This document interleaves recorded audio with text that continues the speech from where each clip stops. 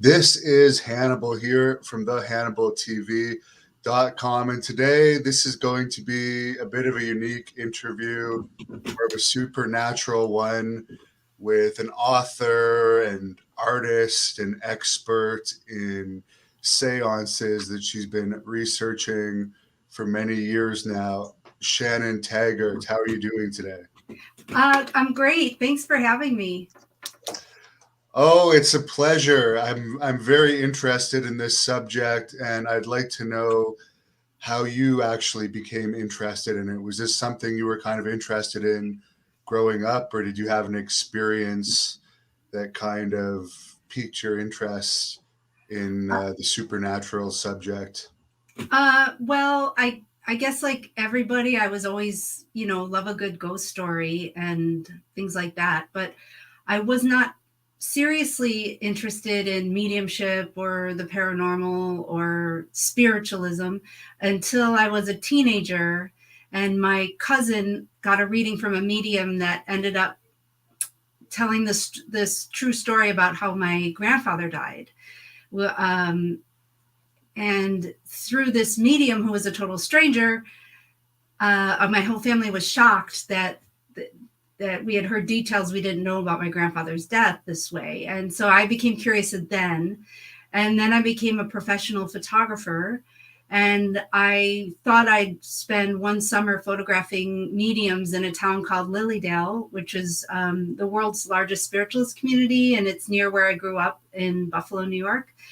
So I started going and exploring with my camera, and here I am 20 years later, still interested in pursuing the topic of spiritualism, mediumship, and the paranormal.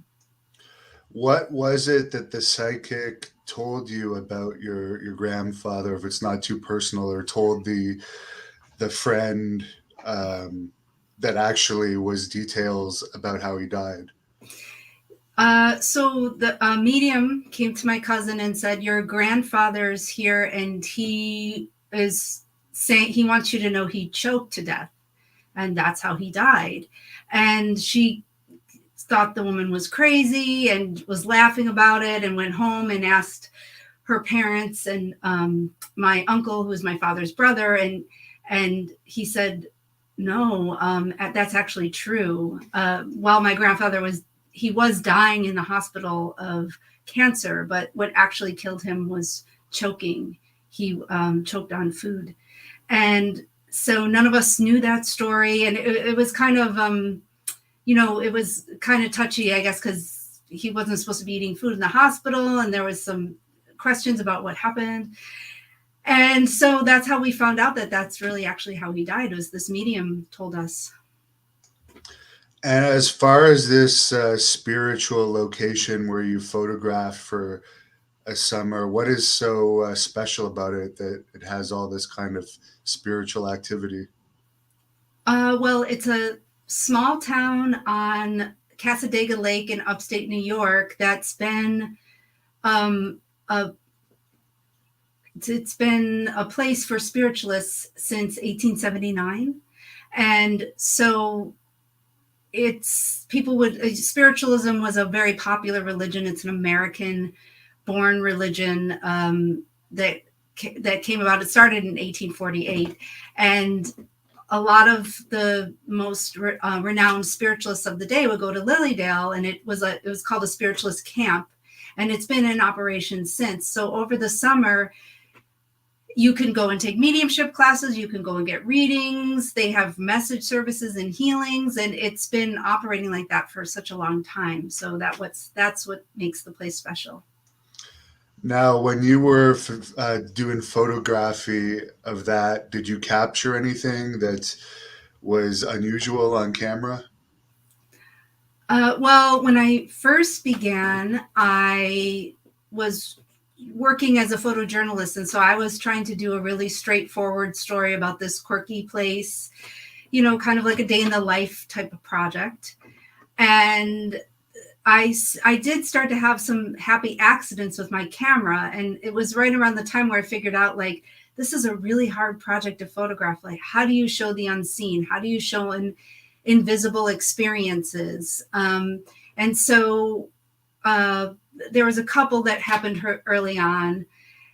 Like one, I was in a seance situation, and they were passing around a red lamp to hold, and you hold it under your face, and people are supposed to see if they see anything appear. It's called transfiguration. This spiritualists believe that your face can transfigure. So people were trying to do this exercise, and the woman across from me had the flashlight under her face, and everybody in the room was saying, "Oh, I see a second face right next to your face, and it looks like almost exactly like you, but it's not you. Maybe it's your doppelganger. Maybe it's your grandmother. Maybe it's that voodoo priestess Marie Laveau." Everybody was describing this other face next to her, and I didn't see that face. I saw a woman holding a flashlight, and I tried to make a very straightforward photograph of it.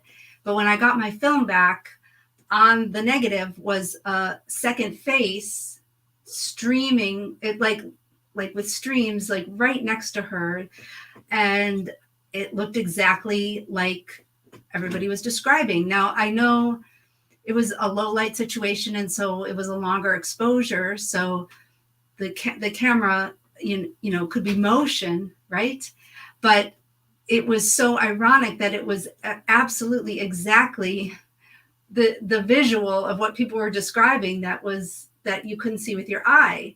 So then I became very interested in playing with the photographic process and seeing what would happen.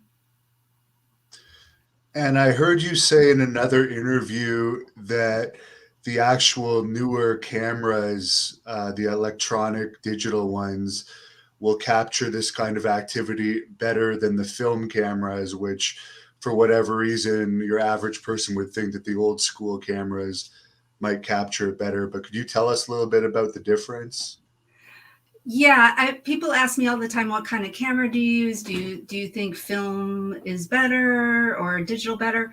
Now, I began with using shooting film, and I actually prefer digital because a lot of times I'm in low light situations, and in the computer I can draw out a lot more information from the contrast range, meaning I can go into the shadows at very high film speeds and then still open them up. Whereas with negatives, the latitude is a little bit shorter. So I've been really experimenting with that in low light situations. But really, anybody can experiment with photography in these situations. And a lot of my favorite paranormal photographs are from practitioners or people who are just do it for a hobby and they post on Facebook. I try to pay attention and follow a lot of those people who are doing a lot of photography. And so it's got a very DIY spirit, the people in this community, and they're always like playing around with their cameras. Some shoot film, some digital. Now, for those of us that haven't been part of a seance and have only really seen them in movies, what exactly are they? So a seance is it's usually when you sit in a darkened room, usually in a circle. There will be a medium who leads the session, and there's a lot of different types or approaches. Sometimes the medium sits in a cabinet, which is like a small little closet type thing that's built with curtains. Other times the medium just gives messages. Sometimes the medium and the people there are trying to get things to move around the room. Spiritualists and mediums today, there's two ways of thinking. Some believe that dark seances are of the past and we don't need to do that kind of thing anymore. So what you often see in a spiritualist church is what you see on the popular TV shows like the Long Island Medium, or I think there's one called the Hollywood Medium now with a young male medium. And that's just like people sitting in a room having a conversation, and the medium is giving messages from dead relatives. But there's other people in spiritualism who say this is a tradition and that you need darkness in order to start certain processes, and that to have certain types of paranormal experiences, you have to be in darkened rooms. So, but there are many different types of seances, and it also depends on the medium. It's a very, there's no hierarchy, there's no dogma, there's no specific rule book about seances. It's kind of different for each one. I've heard you talk about ectoplasm before that most of us only know from Ghostbusters, but you were saying that this is a real thing where it's kind of like half in our world, half in the other world, but it's actually a physical manifestation. Well, ectoplasm has never been proven scientifically, but spiritualists believe that it's a reality. It's that it's a substance. It's kind of like making a psychic body come to life. Like it uses the energy of the medium and the people in the room, and it's a linking the two worlds, like the spirit world and our world. It's kind of this link between life and death that becomes physical. So ectoplasm in Ghostbusters, it's very gooey, and there's a scene where it's all over the library cards. That's the first time you see ectoplasm. But in the spiritualist images, it looks like cheesecloth or rope or blankets or cotton. It's a very controversial topic within spiritualism, and the fact that it's a reality. Many people believe ectoplasm is real, but some of the spirit photographs that are shown of it are fake. But it's a spiritualist concept that there's a physical substance that links the two worlds, the afterlife and this life. I've heard people talk, and this happens in England more than the US, I've heard, where these seances can happen and like a hand will actually appear during a seance. Have you ever experienced anything like that? And what exactly is going on when that happens? I have experienced a hand coming out in a seance, but it was like completely dark and I could not see what was going on. A lot of people believe that those types of seances are strictly magic shows. Other people believe that that is possible, that ectoplasm can turn into a hand in a darkened room with the right energy and with the right group mind happening. I guess my work, I'm really trying to just question all of this, and also question photography and making things visual in the process. So I will photograph any medium who invites me to photograph them, and I'm not trying to like say that they're real or say that they're fake. I'm just trying to document what's going on and make compelling images.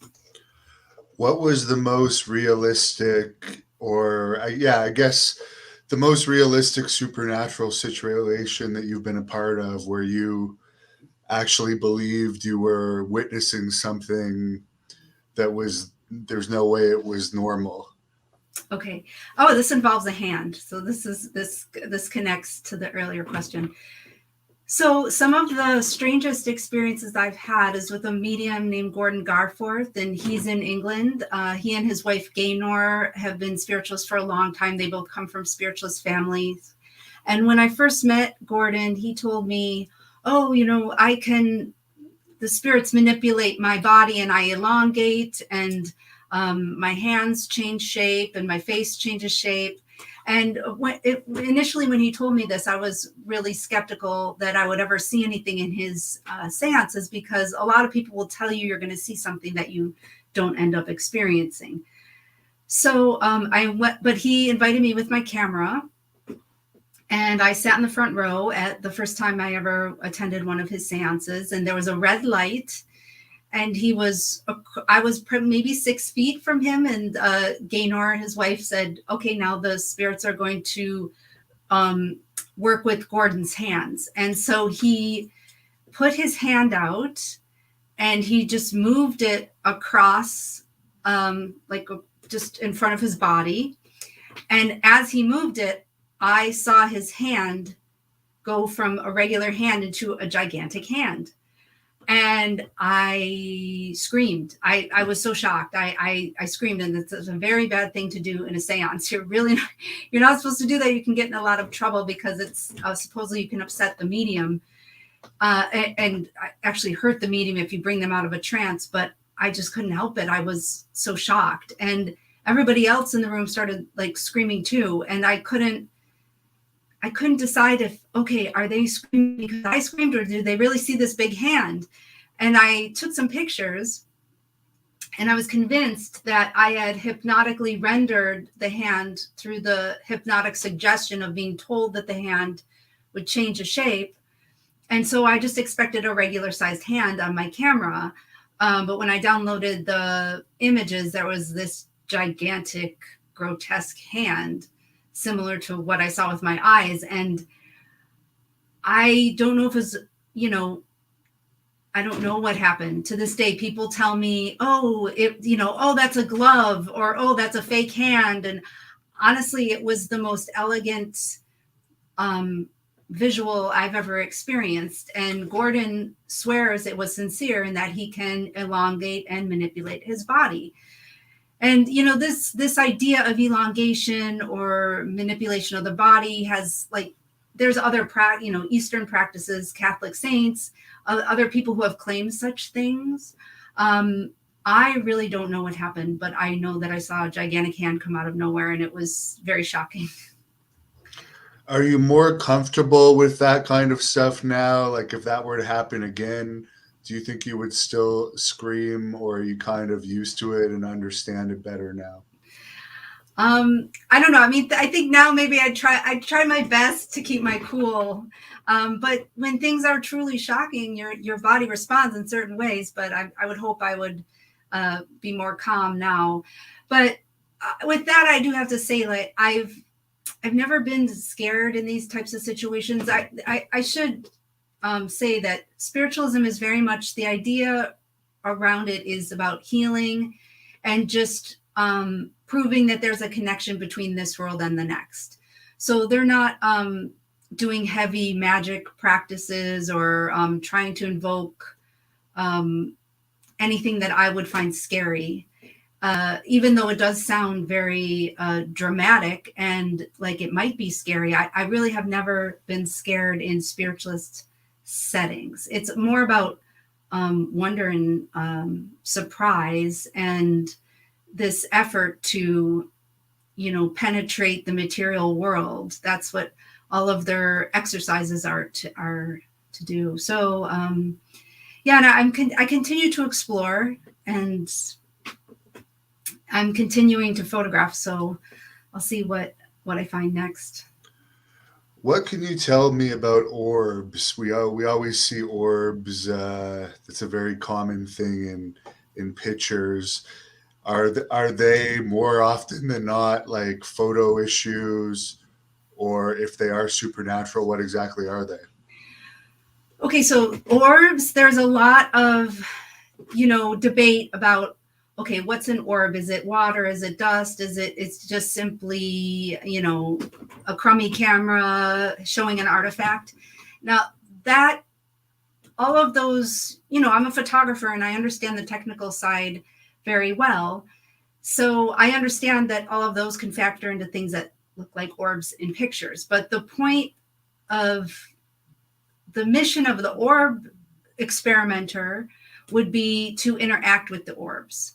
So when somebody's doing orb photography, they're putting an intention like, okay, if there's a spirit, can you show me orbs? And once they get orbs, then they say, okay, if you're really here, they'll put out their hand like that and try to take a picture with the orb perfectly in their hand, or fill up the room with orbs.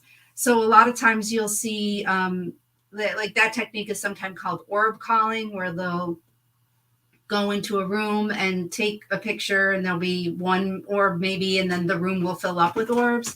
So it's really a consciousness exercise to try to interact with the visual orbs, like when you're using photography. So that's really what it's about. There are there's a lot of literature and books about orbs. There's even some physicists, and I'm drawing a blank on their name right now, but that husband and wife physicists, and they claim to have gotten orbs in clean rooms. So yeah, there's like a lot of debate about what orbs exactly are, but I think the most important point is that it's about trying to interact with the consciousness on this plane, bringing these planes together. Now, I was very close with my grandmother who passed away last year, and I will show you some pictures here. Her last name was Greenwell, and at her funeral, there was some green orbs around only me, Wow. around her casket. Do you think that could possibly be some type of message, or is that just a reflection? Well, what's interesting about those three is they all look different. Like different types. Like one almost looks like a stream. Could it be lens flare? Could it be something? Yes, but also, isn't it? I find it wondrous and strange and synchronistic that happened to you at your grandmother's funeral, and they were green, and you got three of them. Like, so I guess what I'm saying is that photography, even in things that are not paranormal, it's a very tricky thing to use as evidence. It's a very malleable medium. But I believe stuff like that can be testimony, or can back up feelings, or can be something sublime that happens that you can't explain. So I think it's beautiful that you got those green orbs. Yes, and that brings me to one of the fan questions. Someone asked earlier, in your opinion, is there like a heaven or hell? Because we always hear about this, then we also hear about ghosts and poltergeists, and then we hear other stories about people passing away and actually witnessing people crying over their bodies after.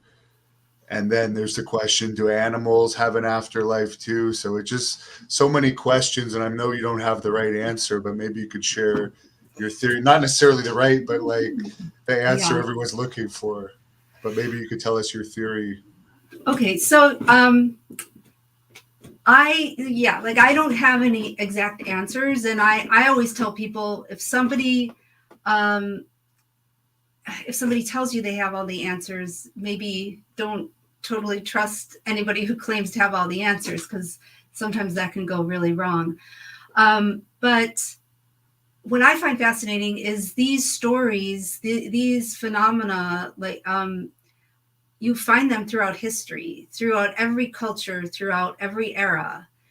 And a lot of the stories or the phenomena is described similarly. And, in Lilydale, I often meet people who will say things like, believe me, I never thought in a million years I'd be at a place like this, but I saw my father's soul leave his body, or I had this experience, or I saw a spirit, or I got a message from a spirit that that shocked me, or they have a reading with a medium that is so absolutely beyond compelling that they can't deny that there's something to it. So, addressing the question of heaven and hell, spiritualism became very popular in the late 1800s because it rejected this idea that unbaptized children had to go to purgatory, or that there was hell. It was kind of like a progressive stance against the black and white heaven or hell of Christianity. And so that's part of what brought spiritualism into the popular culture, because it said that the afterlife in heaven was for all of us, and it kind of like negated a hell. But there's a lot of Christian spiritualists as well. So like I said, when you believe in spiritualism, there's no dogma. So you can actually be a Christian and a spiritualist, or a Buddhist and a spiritualist. or other faiths even also. So I'm not, I guess, does that answer fully Yeah. enough? And there is proof of reincarnation too. So it's I guess it's a mystery that Mm.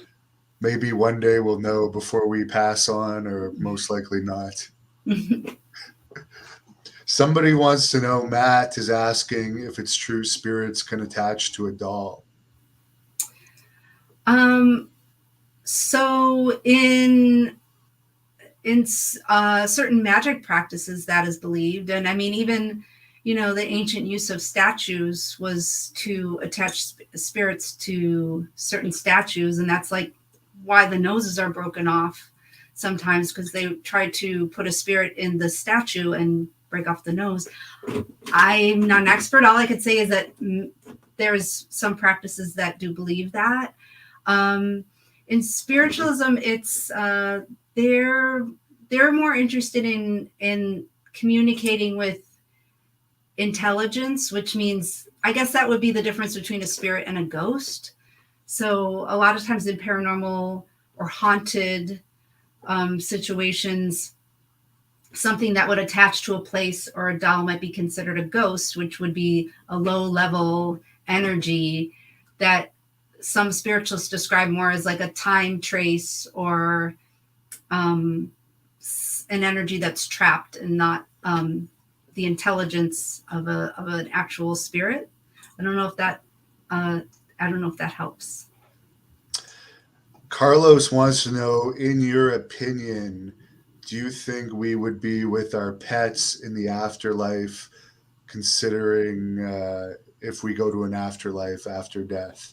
Do you think it's possible to see pets again, or do you think there's nothing for animals?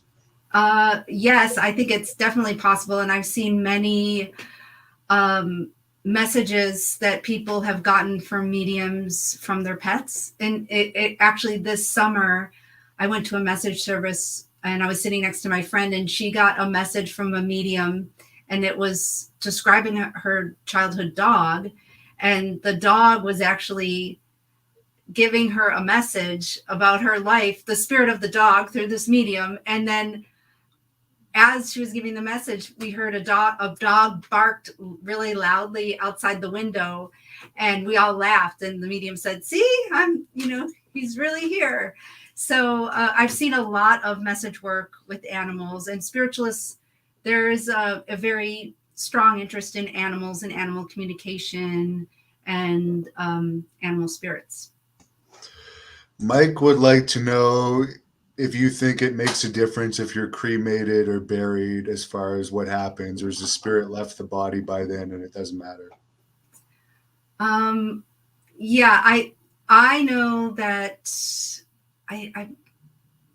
that spiritualists believe that spirits are not in the graveyard. So like you said, it's our shell that we shed and our spirit goes on. And so death is not the end, it's just a transition. So that what you do with the body does not matter. Now, in Christianity, they have different views of the body, but even in Christianity and Catholicism, you are allowed to be cremated and buried in a Catholic cemetery. I know that for sure from family. So I think it's okay either way. John wants to know if suicide affects what happens when people pass on. You do hear sometimes about ghosts from people that have committed suicide. Yeah, there's a lot of different theories about people not being able to get to the light if they leave the world tragically. And there are mediums who specialize in crossing over work, where they try to help those spirits, or some mediums say that they just that's their specialty, that they can see those spirits and they can help them get to the light. One of my favorite stories that I actually include this story in the book. There was a medium in Lilydale named Betty Schultz, and the town historian was Joyce LaJudas. And they used to tell me the stories about being spiritualists and living in Lilydale. And they said they used to go to Gettysburg a lot on road trips with each other because it wasn't far from Lilydale. It was like a day-long road trip. And one time they were on the battlefield land and they saw a spirit of a soldier, and they were like, he doesn't know he's dead. And so they said, hey, buddy, come with us. And they put the spirit in the car and brought him to Lilydale and took him to the lake and brought his spirit to the water and then led him to the light. And when they told it was a very funny story, and they told it with great humor, but they also swore to me that it was a true story and that it was sincere and it was something they did for this lost spirit of a soldier. So I've heard Gettysburg is one of the most haunted places in America. Is that true? Yes, supposedly, but I also heard from people who live there then that a lot of the tourism and the commercialism of that idea kind of, messed with the ambiance. So a lot of people don't believe it really is that haunted, that it's just, and maybe they believe it was more so before it got all the attention. So I don't know. I mean, I have been to Gettysburg once, and you definitely feel history.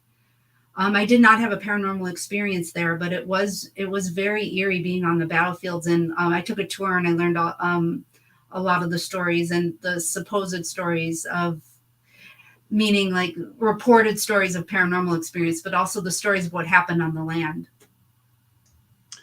Now, I heard you say in the Mystery Wire interview that you did that there is some connection with UFOs and aliens and this type of activity. Could you elaborate on that? Because you didn't really go into detail in that interview. Okay.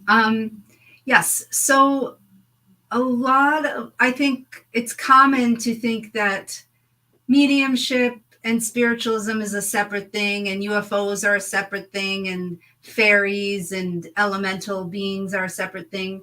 But really, or Bigfoot's a separate thing. But really, if you study the paranormal or with a sort of an anthropological lens, or like through just trying to take a look back, you'll see that all of these things kind of intersect and cross over. And many of the mediums I know have also had UFO experiences. Some mediums I have met channel aliens. The most famous alien abductee in the world, Whitley Strieber, has recently written a book about his communications with his deceased wife, Anne. And he also says that in some of his abduction experiences, he has also seen spirits of the dead with the aliens. So there's a lot of crossover with all of this stuff. So the paranormal is one big box. It's not, it's really something that's hard to pull apart, into distinctive things, because these experiences kind of end up overlapping. Have you done much UFO research yourself?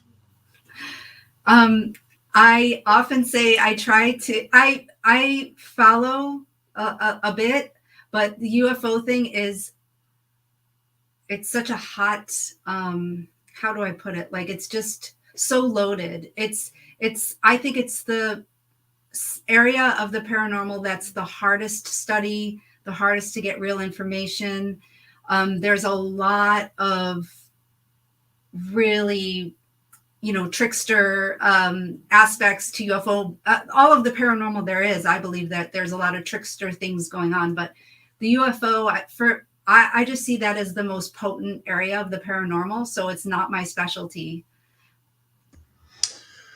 This is kind of a troll, but it's a bit funny, so I'll read it anyways.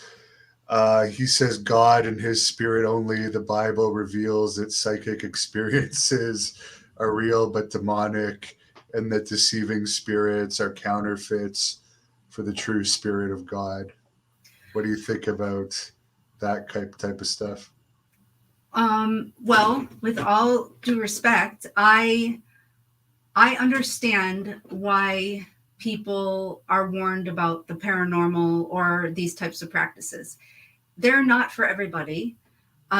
You can really, some people are just not meant to be mediums or even see mediumship or have these type of experiences. It can be unsettling because you are really bringing different aspects of your mind into different places. I mean, there's a real true chaotic nature to some of these experiences. But that said, many of the world's most famous mystics, the saints, have had these experiences. And the more we, and these experiences happen to regular people too. And so the more you repress something, I think the worse you make it sometimes. Are all these experiences negative? No. I mean, if you want to classify it all as demonic or put it in that box, you can, but I think that's overly simplistic. And I think the idea of a valuable darkness is something that maybe we should consider. Are all things dark negative or demonic? I mean, dark also means hidden or mysterious or unformed. I do think there's something very deeply tied to the creative process and the paranormal and the creation itself. You know, if you just look at musicians, you know, who, you know, they'll do a lot of drugs and go into different headspaces and bring back this crazy potent music. I mean, that would be one example. So I do understand, though, that some people do experience negativity. Like one of the things I could say, like people who have night terrors, many of those people believe they're absolutely encountering something demonic. But, you know, there's a lot. Yes, there's a danger to the paranormal, but it's also many things in the world are dangerous. It doesn't mean we shouldn't acknowledge it or study it or, you know, acknowledge that it exists. We always hear that Ouija boards are dangerous and don't touch those, you're inviting demons and so forth. What's your opinion on that? And why would a seance be safer than using a Ouija board? Okay, so a spiritualist might answer that as first, that intention is everything.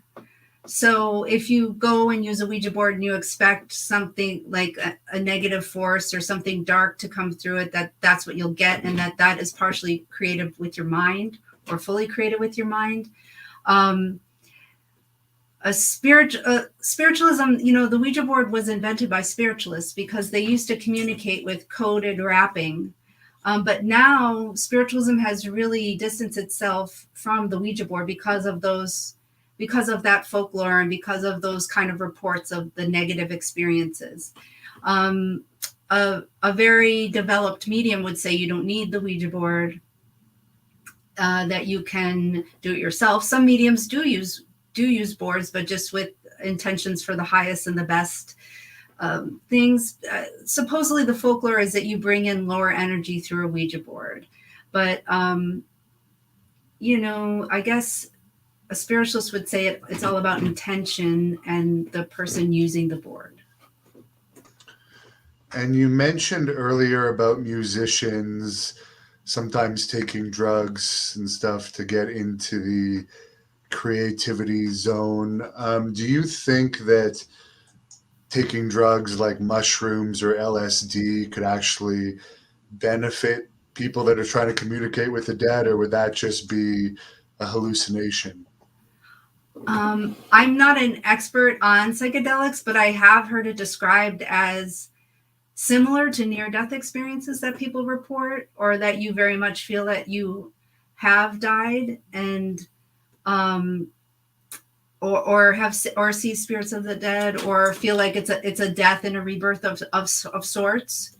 So yes, I do think there's a connection. And also, you know, the shamans in South America, they use the ayahuasca as you know, to use this substance to invoke a dramatic healing experience. That's all. It's all about healing.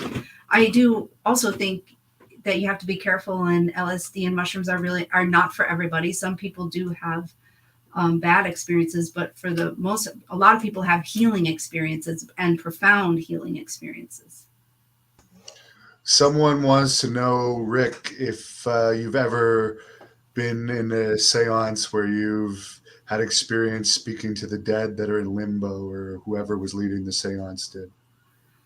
Um, in one, there somebody did. It was a circle where everybody was welcome to bring through whatever they were getting psychically or mediumistically.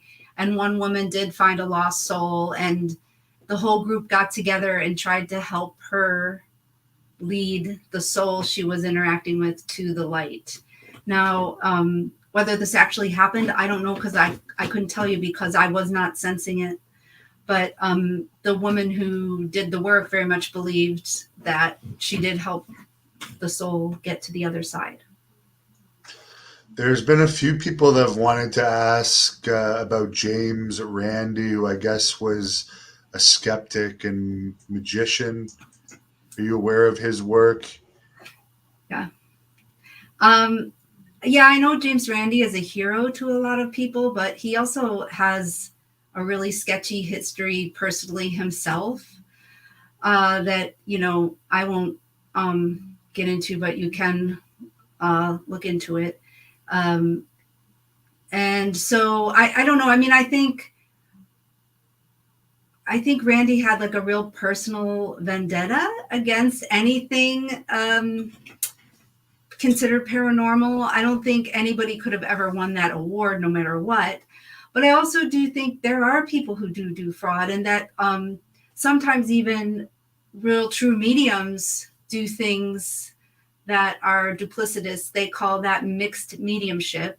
And the history of magic tricks and mediumship is very much intertwined, and it's very complicated. I mean, a lot of showbiz acts, like the most famous magic act that's on stage that has ever happened, or like one of the most famous throughout magic history, is the Spirit Cabinet, which was started by the mediums, the Davenports, who were both mediums and magicians. So it is very complicated, and there is a sketchy history of the intertwining between fraud and the paranormal. So it's not that I don't think people should be skeptical, but I also think James Randi was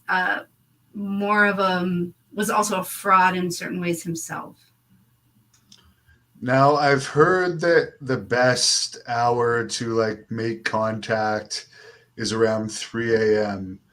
Do you think it matters what time, or in your opinion, is there specific hours where this type of activity can be more prevalent? I don't know. I mean, I guess the night is a different energy. So, and usually most seances happen at night. 3 a.m., I don't know. I mean, I guess, yes, there's something to be said about, I guess 3 a.m. would be right at the time where the night is leaving and the early morning is going to come in. So you're maybe that's the most liminal time in the evening, and liminal spaces are always, the space between opposites, the middle of two opposites is the liminal. And people say that, or there's theories that anything liminal brings about more paranormal. So yeah, I would say it probably is an interesting time to do a paranormal investigation. Now, can you tell us about your book that you have out and what exactly you cover in this book? And I know it involves some of your pictures as well. I think you have some more artistic pictures from what I've seen on your website. And then you also have pictures that are from actual seances. Is that right? Yes. So some of the pictures from my book are on my website, which is just my name, shannontaggard.com. My book is currently out of print. Unfortunately, I'm really hoping that I will get it back in print. But if anybody is in the Baltimore area, I currently have an exhibition of the work up at the University of Maryland in Baltimore County. And I'm going to be there on October 14th doing an artist talk that will be live streamed. So if you want info or to see that talk, you can just stream it. The link is at my website. I also have a mailing list that you can get all this information, because the book is out of print, but I'm hoping to get it back in print. And there's other ways to see parts of the work through my talks. Actually, on my homepage of my website too, there is a link to a long talk I did about my work. Now, we already covered this, and maybe this person didn't quite understand it, but someone's asking, if your brain dies, how does your memory live on? And basically, according to a lot of the research that I've done, and you seem to have done similar research, that, as you said, the body in theory is just a vessel, and your brain is just something that the spirit is occupying while it's here on Earth. And when you pass away, the spirit goes on. We don't exactly know what happens. Some of these seances seem to be able to contact some of these spirits, but could you explain that to people that might not understand it, as far as what this gentleman is asking about the brain dying? Well, I mean, it might be interesting for this person to read about the near-death experience literature, because a lot of those cases, the people will be clinically dead for long periods of time, and they will report experiences of, seeing the room and seeing actual details and kind of taking in the experience while their brain is actually dead.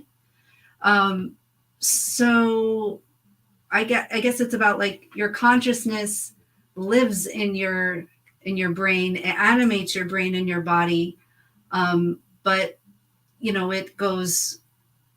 it doesn't need it to go on, or the consciousness embeds in us, but it's not contained in us. Well, you have some fans on here already. You have someone asking if you're married. I am married. What does your husband believe in this? Is he interested in this subject as well? Yeah, he's really open-minded. He's a good sport about everything, and he goes along with me to a lot of the trips I take, or a lot of my travels. He'll go along with. He's kind of agnostic about it and open to it, and has been in a lot of the places that I've taken pictures at, and he's had a lot of interesting experiences, and a lot of my friends are mediums, and so they're his friends too. What do you think about Gary Spivey, the psychic from the 90s? He was really popular. I don't know. Big hair, like. I don't know who he is. Oh, okay. I'm sorry. I'll look. I'm surprised that I don't, but I'll look him up. Yeah, because somebody did an interview with him recently, and we put it on this channel.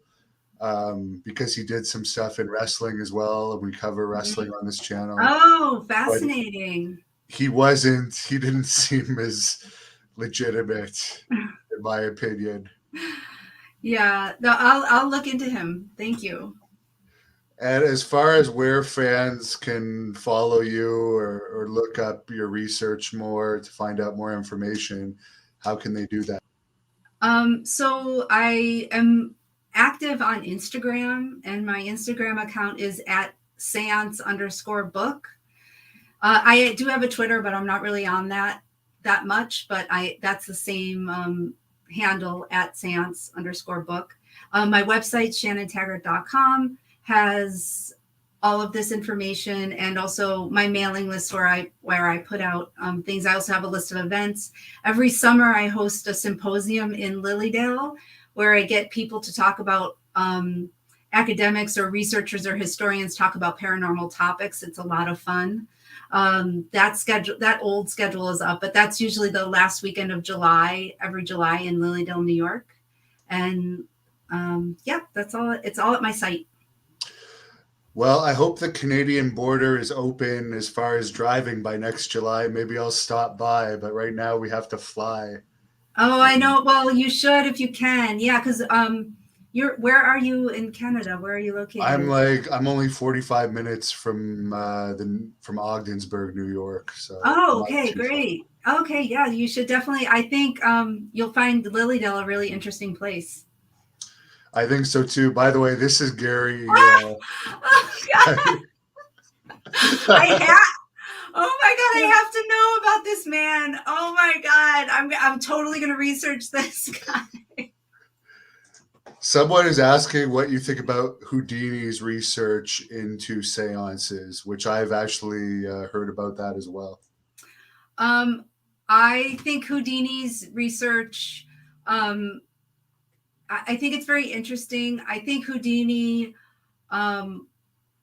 did some good, ghost busting in his day, but unfortunately, the stereotype is that Houdini disproved mediumship and all this stuff, and that really wasn't the case. He specifically, if you want to get into, there's a great book called The Witch of Lime Street. And it's about a medium named Marjorie the Medium, and it talks about Houdini and her investigators. And what happened was Houdini did kind of set her up because he couldn't truly bust her.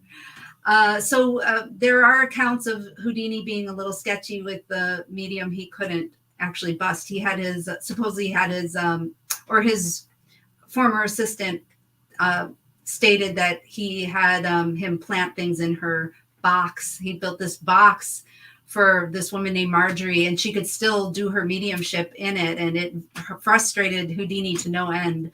But Houdini's a fascinating man, and his involvement with spiritualism is also fascinating. And I do think he was misled and had he was really heartbroken by his friend Arthur Conan Doyle when his wife supposedly brought through his mother, and he felt that it was not true, that it was actual fake mediumship. Have you ever heard of Walter Mercado, the Latino medium? Well, oh, is he the one that they did the Netflix documentary on? Probably. Walter Mercado. I thought he was absolutely fascinating. I would love to experience a reading with him. I know he's deceased now, but if it's that person that I'm thinking of, that documentary was totally amazing. And last fan question I'll ask for today. Thanks for everyone for joining in. John wants to know who your favorite musicians are. Oh gosh, that's a hard one. Wow. Well, my favorite musicians. Well, I love like classic rock, and I actually love reading the biographies of all the big rock stars, because you'll find a lot of paranormal experiences or paranormal overlaps. I just bought a big documentary about John Lennon, and I actually, my friend did a documentary, and I was in her documentary, and there was also a medium or psychic named Frank Andrews who was in it, who supposedly told Yoko Ono that John Lennon was going to die. He predicted that, this psychic, but like, I love reading about, like, David Bowie, for example, was really into Kirlian photography when he was in his cocaine phase. So I love rock music, but I also like reading about the lives of the rock musicians and seeing where it overlaps with the paranormal. And by the way, I looked up Walter Mercado. Yes, and yes. It is the Netflix guy. Yes. Oh my God. He seemed like an amazing, beautiful, fascinating person. Yeah, I'm going to have to watch that. I hadn't heard of it until now. Sounds interesting. Yeah, it's really good.